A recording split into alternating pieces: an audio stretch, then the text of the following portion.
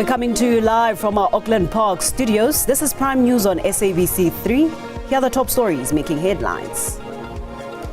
Petrol 93 octane will increase by 55 cents a litre. 95 octane will increase by 52 cents a litre. Motorists should brace themselves for a petrol price increase, which is set to take effect from midnight. President Ramaphosa refuses to be as good as his word and act against corruption. The Democratic Alliance has laid criminal charges against Higher Education Minister Musina SEZ. We are of the view that such a right should not be granted. And the legal team on behalf of Judge's Secretary Andiso Mengwa will not have the right to cross-examine Eastern Cape Judge President Selby Mbenenge and any witnesses that will be called on his behalf.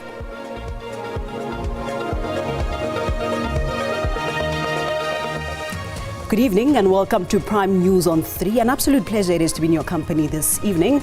I am Paulette Nell. Let's begin first with this.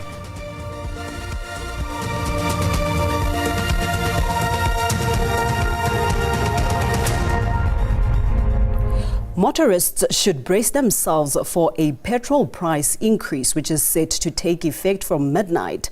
The Department of Minerals and Petroleum has released its latest fuel price adjustments for the month of July.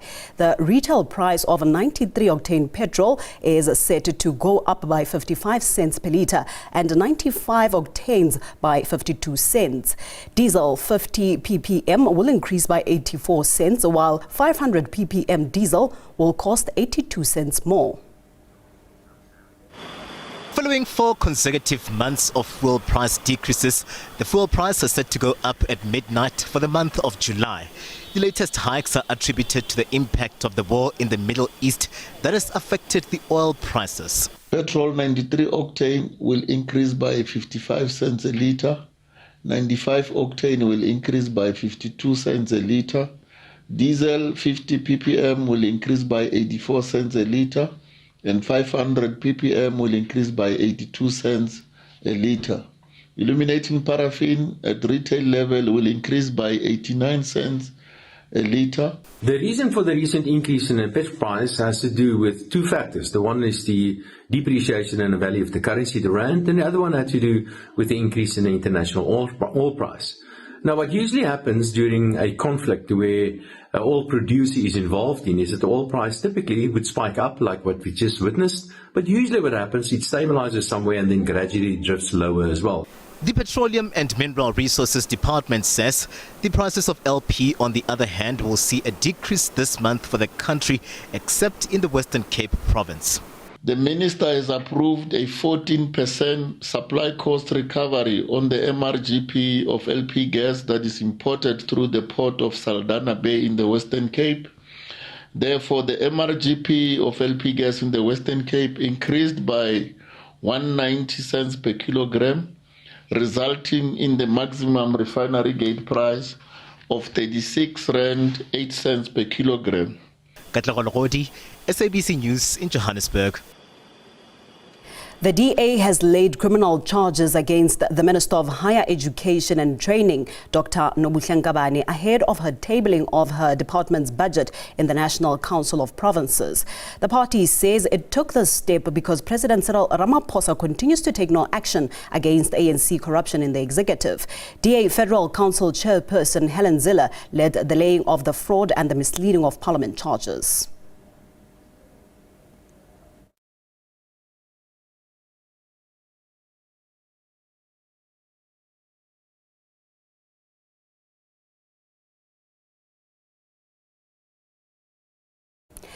Apologies for those technical problems. Let's now continue with this. Deputy President Paul Mashatile says they will vote for all budgets despite the DA's intention to vote against departmental budgets. Mashatile led a Clean Cities and Towns Integrated Service Delivery Program in Welkom. He says the national dialogue will take place to build a better country. Promoting a clean environment and addressing environmental challenges Mashatile says the cleaning initiative also aims at cultivating a sense of community spirit. This is also part of supporting municipalities to improve service delivery. The national dialogue is going to proceed. As we know, we've got a convention on the 15th of August. So we are proceeding because the national dialogue is not about political parties. National dialogue is for the people. We want to involve the people, as many as possible in the country. Residents have welcomed the initiative but are calling for consistency and job opportunities. She says since all the cleaning has started, our community is better now. We do see the change, but they should learn to address a service delivery. Service delivery again. All the things that we want to see as young people cannot start if we are in the state we are in, where there's uncleanliness, there's illegal dumping sites everywhere. We welcome the initiative by the Deputy President. The Free State Province has admitted that there's been challenges on services and want that to be a thing of the past. We are very supportive of the program. As he indicated that we started already. So today we're in Machabe and then he'll be coming back to Mangaung, and he'll find it in our own style in Mangaung how we do it. Aphumelele Mhlalane, SABC News, welcome. The legal team on behalf of Judges Secretary Andy Somengo will not have the right to cross-examine Eastern Cape Judge President Selby Mbenenge and any witnesses who will be called on his behalf. This as the Judicial Service Commission Act and the rules of the tribunal do not accommodate the said request, which comes as the landmark probe now turns to Mbenenge's version of events. The legal representatives of Judges Secretary Andy Somengo's bid for the right to cross-examine Eastern Cape Judge President Selby Mbenenge and his witnesses could not be accommodated by the Judicial Conduct Tribunal, probing sexual harassment allegations against Mbenenge. Chairperson of the tribunal, retired Judge President Bernard Ngwepe, gave the ruling. After looking at the Act and the rules, we are of the view that such a right should not be granted. The tribunal noted, however, that certain considerations have been made in the name of fairness, which includes that Mengo's team will be able to consult with the evidence leader when cross-examination arises. The tribunal moved along swiftly to Mbenenge's first witness to the stand, Judges Secretary Zinhle Nqayi. Nqayi gave evidence that runs contrary to Mengo's version of events regarding alleged incidents that took place in the Eastern Cape Division of the High Court.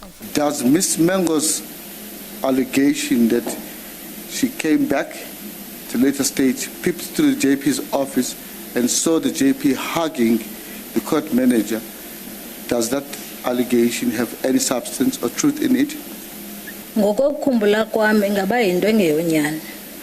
According to my recollection, it could be something that is not true. The tribunal continues with the witness testimony. Kani Mapanga, SABC News, Johannesburg.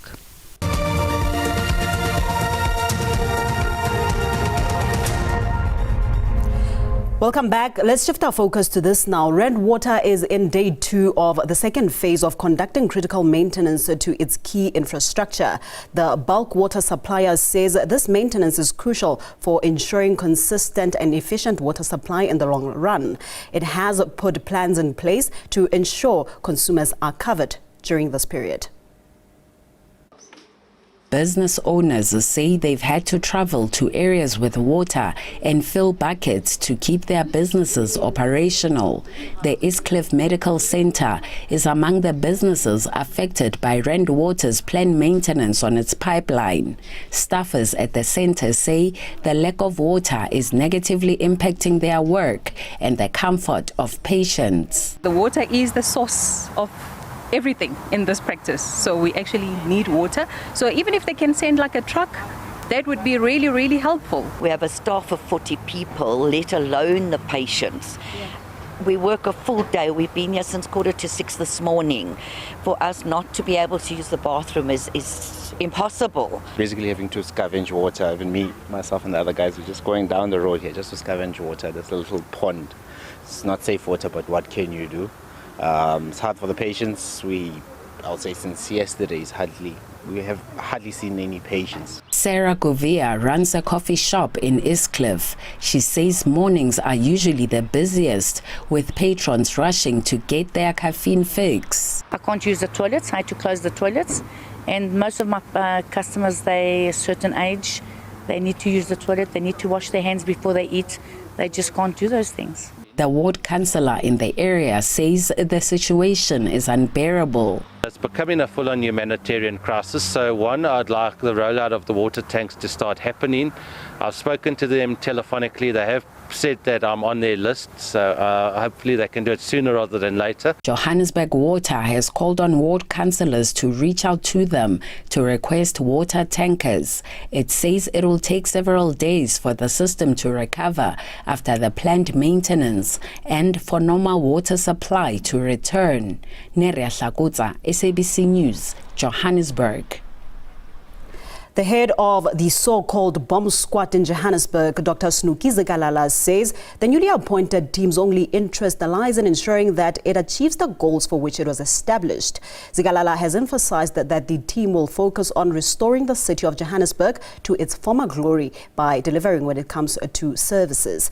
The bomb squad team established by Johannesburg Mayor Dada Morero includes members of political parties and governance experts.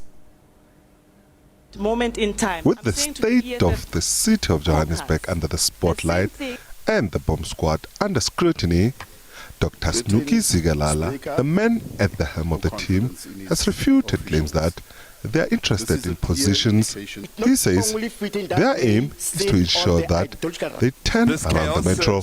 We are intervening on areas that need to be solved. Firstly, it's a question of electricity, question of water, question of potholes, question of grass cutting, question of discipline amongst especially senior managers. We don't interact with ordinary workers. We are making sure that Johannesburg should be a city of gold as it was, a city that is safe, a city that is clean, the city that is respected, the city where residents observe the rule of law. The team comprises of 12 individuals.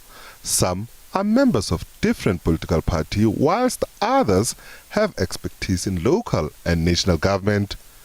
Some political parties are skeptical, but Morero is confident that the team will play a crucial role.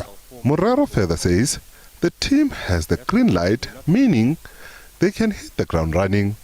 There's happiness also within the administration. Some have welcomed the intervention because it is assisting where there are limitations, and that was the whole idea. Where there are limitations, the constraints, this team was meant to help them. SABC News, Johannesburg. The bail application of 12 SANDF Special Task Force members has been postmarked to Thursday by the Randburg Magistrates Court. The group faced charges related to the 2023 murder of Hawks Specialist Investigator Lieutenant Colonel Franz Matiba. I'm not certain when the investigating officer will conclude the process of the identity parade, but obviously the court has made an order for all the accused not to be named, including the entity at this point. So much of that information will unfold once that process of investigations has been finalized. This prosecution forms part of our broader mandate as the NPA to deal decisively with organized crime, and also by ensuring that the perpetrators of such crimes are brought to book, they come and face justice.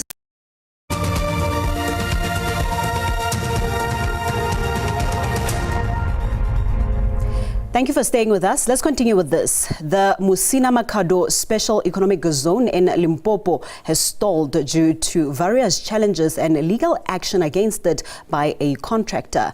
Progress was further delayed at the site of the economic zone after a disgruntled contractor abandoned the project due to alleged non-payment by the SEZ. The Limpopo government's flagship industrialization project, the Musina Special Economic Zone, is facing challenges. Nearly a decade after it was introduced, many observers are now complaining about the lack of progress. The business community in the bustling town of Musina have accused those that are spearheading the SEZ of failing to fulfill obligations made earlier that local businesses would directly benefit from the planned growth of the economic zone. Monies were put aside and promises were made. I don't want to lie to you. 20,000 jobs were promised. Now, can you imagine if you promised 20,000 jobs in Musina in a community which is plus minus 100,000? That's a huge boost for the economy. The site is divided between the north as well as the south side. The stormwater and road project on the north side has completely stalled due to the alleged non-payment of a contractor. We are moving towards getting those jobs on a phasing approach. There are not 22,000 jobs from the first year when you were designated. We need to still build. We need to have bulk infrastructure ready. We need to have engaged stakeholders. We need to have the municipality playing their parts and government playing its part. The government remains hopeful that the SEZ will become one of the key answers towards accelerating economic growth. Katle Khonyoni, SABC News, Musina. Gauteng Police and other law enforcement agencies are in pursuit of a suspect allegedly linked to a case involving the theft of a transformer valued at over 7 million rand. The suspect is believed to be connected to 3 City of Tshwane employees who were arrested at the Lodium substation depot today.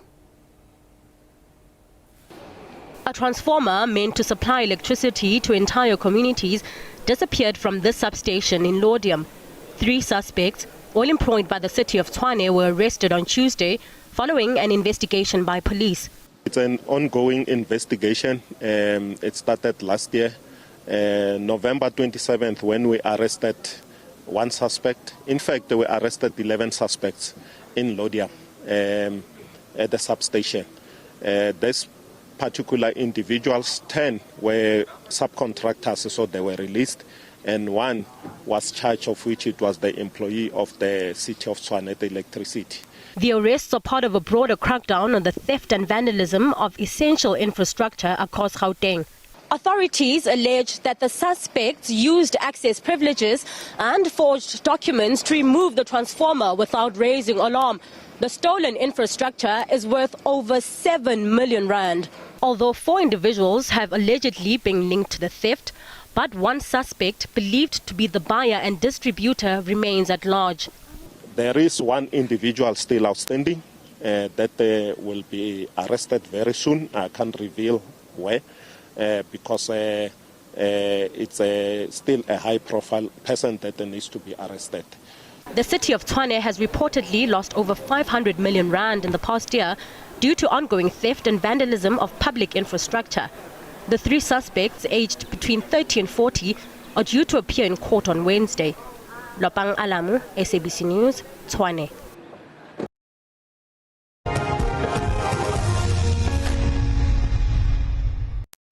Days after a sit-in due to unpaid wages and emergency meetings to resolve the issue, Banyana Banyana and the South African Football Association are in the news for the wrong reasons yet again. SABC News has reliably learned that SAFA and Sasol, Banyana Banyana's main sponsor, have failed to come to terms on a new agreement and that their 16-year-long partnership has now come to an end. The contract between SAFA and the Global Chemicals and Energy Company was first established in 2009 and was crucial in developing and promoting women's football in South Africa. Sasol's sponsorship extended to both the women's national team and the Sasol League, the semi-professional league that provides opportunities for female footballers in the country. Banyana Banyana are currently in Morocco preparing to defend their Women's Africa Cup of Nations title they won for the first time in 2022. It is uncertain how the latest developments will affect Banyana Banyana and the league. SAFA has refused to comment. Time now to see what the weather has in store for us. Let's dash over to the weather desk.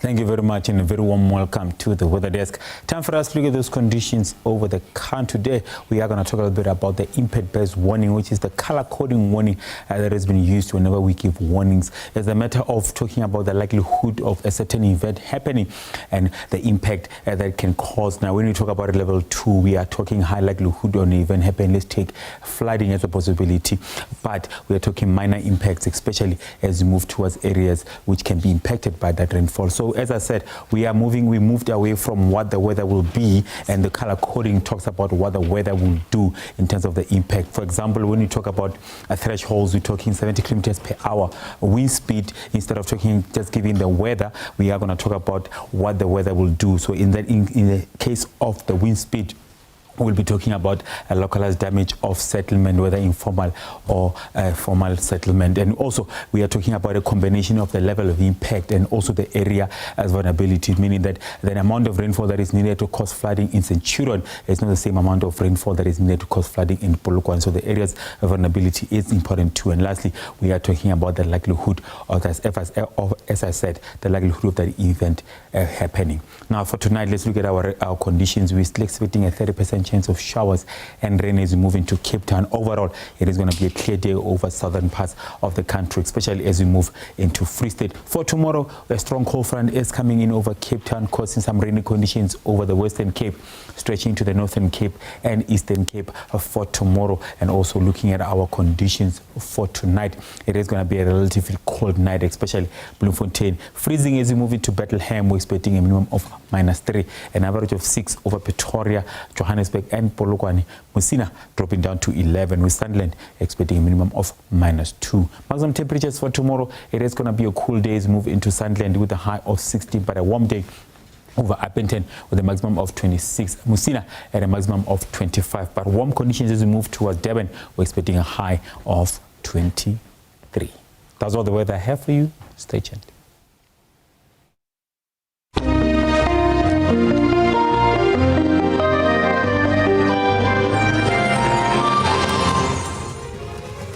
That concludes our time together this evening. Much gratitude for joining us. Until next time, it's good night and God bless.